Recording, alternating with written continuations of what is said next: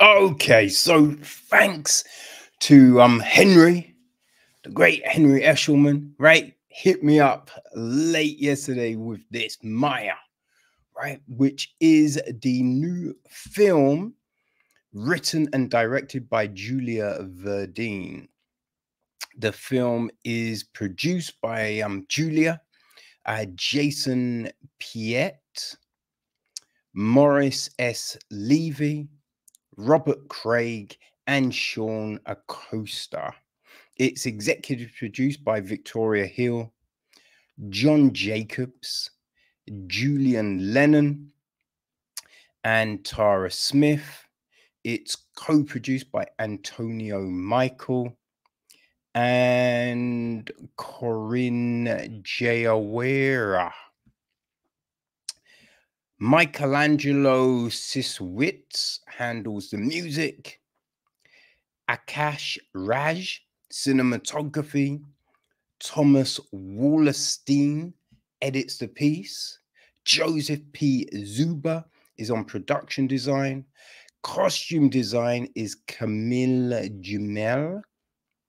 Hair and makeup, we have Ashley Francisco and Catherine Fernandez. All right, so our cast. Maya is played by Isabella Feliciana. We have got this is a little bit all over the place. A younger version of Maya is played by Mia Rose Castaneda. Where is our mums?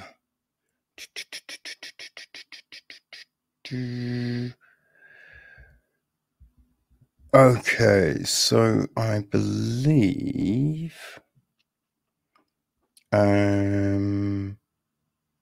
I think her mum's played by Patricia Velasquez. Her mum's boyfriend Diego is played by Gian Franco Rodriguez. Ray is played by Billy Budinich. Maya's friends Cassie is played by Sydney Nicole Rogers. Suze is played by Logan Kelly. Ezekiel is played by Basilio Sedan Jr. We have got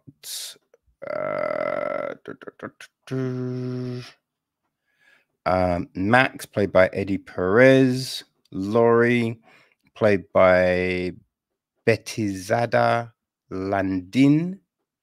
Layla, played by Atiana de la Hoya. Miss Keller, played by Catherine Brewer. Jen, played by Seri Dion. Stephen, played by Thea Rifferstein. Rachel, played by Cherry Jimenez. Sandy is played by Rena Owen. Detective Chase, played by Anthony Montenegro. Kayla, played by Ruma Willis.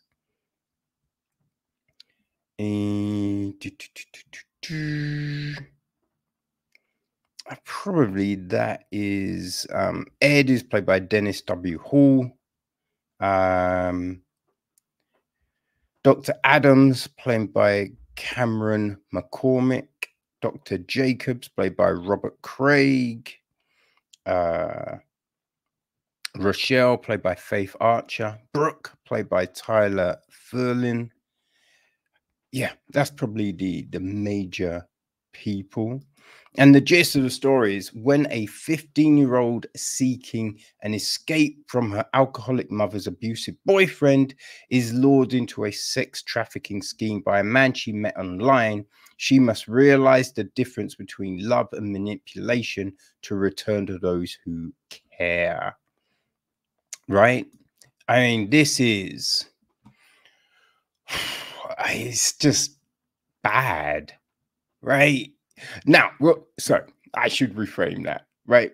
The film isn't bad. It's just the subject matter, right? The what Maya goes through is horrendous. It is just, oh, it's not good, right? It is very troubling, very, very troubling. You know, uh, like we saw a film that dealt with this earlier in the year. Remember the girl in the back seat, right? Which was dealing with female trafficking from Nick Laurent, Kiki Magalhaes, and Chris Marone, which was really good. It shone the light on this thing. And Maya is a similar film, right? Shining that light on this horrific situation. Now, Julia Verdin, you know, the writer and director, has a statement, right? It reads, Maya is a film about the cycle of abuse and what it takes to break that cycle. It's also a mother-daughter story. I have met and talked to a lot of single mothers who, as a result of being abandoned by their partners, have felt mistakenly that something was wrong with them. As a result of these feelings of low self-worth, they would fall into abusive relationships. After making my first film on teen trafficking, I learned from many NGOs that teens that grew up with domestic abuse happening in the home were particularly vulnerable to traffickers and likely to get into abusive relationships themselves. I also volunteered at a shelter for runaway teens. I was shocked by how many of them were convinced that their traffickers loved them and that they would come back to rescue them. The whole idea of the Stockholm Syndrome type of relationship with a captor has always intrigued me. In talking to detectives on trafficking task force, they noted that it is very difficult getting trafficked teenagers to tell their story and name their pimps so they can be taken off the streets. The refusal to talk about their abusers or cooperate with law enforcement allows the traffickers to continue their lucrative business activities. This is due to the traffickers having convinced their girls that police are untrustworthy. The victims have been tragically manipulated in a way that has them believing that their trafficker is the only person they can trust and truly cares for them. Former abuse and abuse at home is a common thread seen amongst young victims of trafficking, which has led them to have vulnerabilities that traffickers see and exploit. Kids and teens learn from what they experience at home. In this story, Camille, Maya's mother, has been abandoned by her husband and is struggling as a single mother. Her loneliness and low self-esteem is what makes her vulnerable to her abusive boyfriend, Diego. Diego takes advantage of that and uses Camilla often and advantage of that and uses Camellia, often taking her hard-earned money. As a result, Camellia becomes overwhelmed in all areas and self-medicates with drugs and alcohol, even though she cares deeply for Maya. I wasn't originally planning on making another film on this topic, but after all I uncovered, it seemed needed. In order to represent the realities of child trafficking in the most realistic and authentic way possible, I made sure to meet with anti-trafficking groups, trafficking task force, detectives, and survivors of trafficking. This included Alan Smith and Jessica Midkiff of Saving Innocence, Kay Buck of Cast LA, Lieutenant Andre Dawson, who supervised both the LAPD's Human Trafficking Task Force and the FBI's Innocent Lost Task Force, and retired LA County Detective Ray Bersini.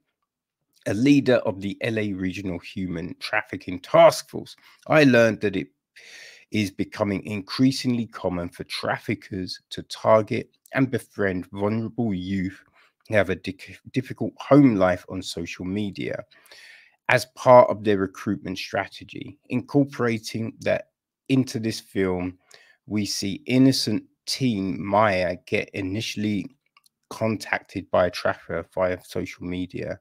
Another heartbreaking aspect of a situation like this that I wanted to explore in detail was the impact of a tragedy like this, not only on the victim themselves, but also their family. In this case, the effect of Maya's disappearance on her mother, Camilla.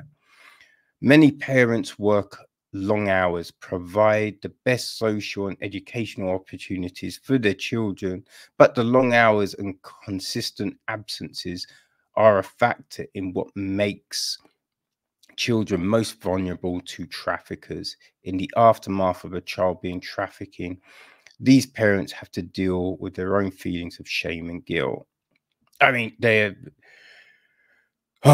statement goes on, but I feel you get the picture, right? It's a very complicated situation. And you think, of course, anyone in a, abusive household, right? They're going to be, I mean, kids in general are very susceptible, all right? It's just a fact. You can convince a kid to do a lot of different things, right? That's why advertisers will target kids, show them different things, say this product is great, drink Prime, right? You know what I mean? They just buy all of this stuff. So a trafficker convincing a kid that, oh, they care, that's like an easy one, especially when they're not getting that at home, and I think this situation is another highlight of why social media platforms should make it that you have to log on with your real name, right? Because it would help stop this kind of thing, right? You can't contact people unless you post. You put certain things in place, you would stop a lot of this. You wouldn't stop it all, but you stop a lot. And then educating kids, letting them understand what communication is, like how people lie, right? An adult telling you, oh, you could be a model, like just all of these things, suspect, right? Teach them to look out for red flags. All of these things are important, but they're not done. So a film like this, I think, is very important to just highlight those facts, give people and give kids just an indication of, the possible outcomes of doing certain things. I thought this film did a very good job of showing certain relationships. Like, you did buy the relationship between Maya and her mum, right? I thought that was done very well. The girl, like Maya and her friends, all of these felt like real situations, so I thought that was good. And you could see, her mum's working, and it's like she wanted to try and protect Maya, but she wants her boyfriend to care for her. So it's very tricky. But, she asked the questions, right? Did he hurt you? Did this? But the problem is, when you're asking questions with that person in the room, it made like, the kid obviously is going to feel insecure, right? That if they say the wrong thing, they could be in danger. So it's just all of these things going on. And I thought that was played out very well, right? I thought, you know, just some of the things Ray would say to convince, like when Maya first meets him and she's going to leave and he's just like, oh, everyone leaves me, you know, just saying things like that. When you know someone is vulnerable and you say, you know what I mean, oh, you're going, like, that can trap them. That can trap them. But yeah, it's definitely an issue, right? Young kids messing with adults, you know. I just think it's something that should be called at school, right? Like the teacher that reports it, you know, I think you take a picture of the car, you take a picture of the license plate, right? When you see a kid getting into a car with an adult, it's a problem, right? And maybe it's a friend of the family, but better to be safe than not, right? Better to report something and find out, oh, right, they're blah, blah, blah, you know? But then I think, you know, if your kid's going to probably get picked up from school by other people, you should probably let the school know, right? Be like, listen, I work a lot. So my brother-in-law, my sister, you know, these people might come on occasions to pick up, blah, blah, you know, just things like that. But yeah, we see all of that. And just the manipulation used to keep Maya where she is, you know, just like, oh, I thought you loved me. Oh, but we're gonna get a house, we're gonna have a baby, we're gonna do all of these things. I thought the manipulation was believable. So I thought that aspect of the film was done really, really well.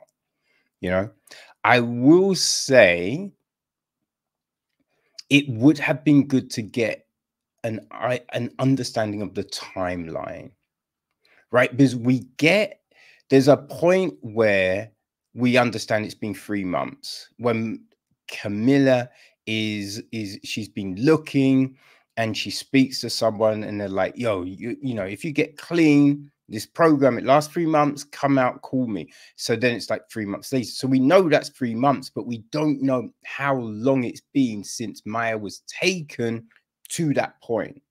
Right. So to get an idea of how long she's been in that situation, you know, because they show, you know, like a time lapsed like clip of like multiple people coming in and out of a room, which is just fucking horrific. Right. Just thinking, oh my God. And you know, it's a film, but you know, that's a real situation as well.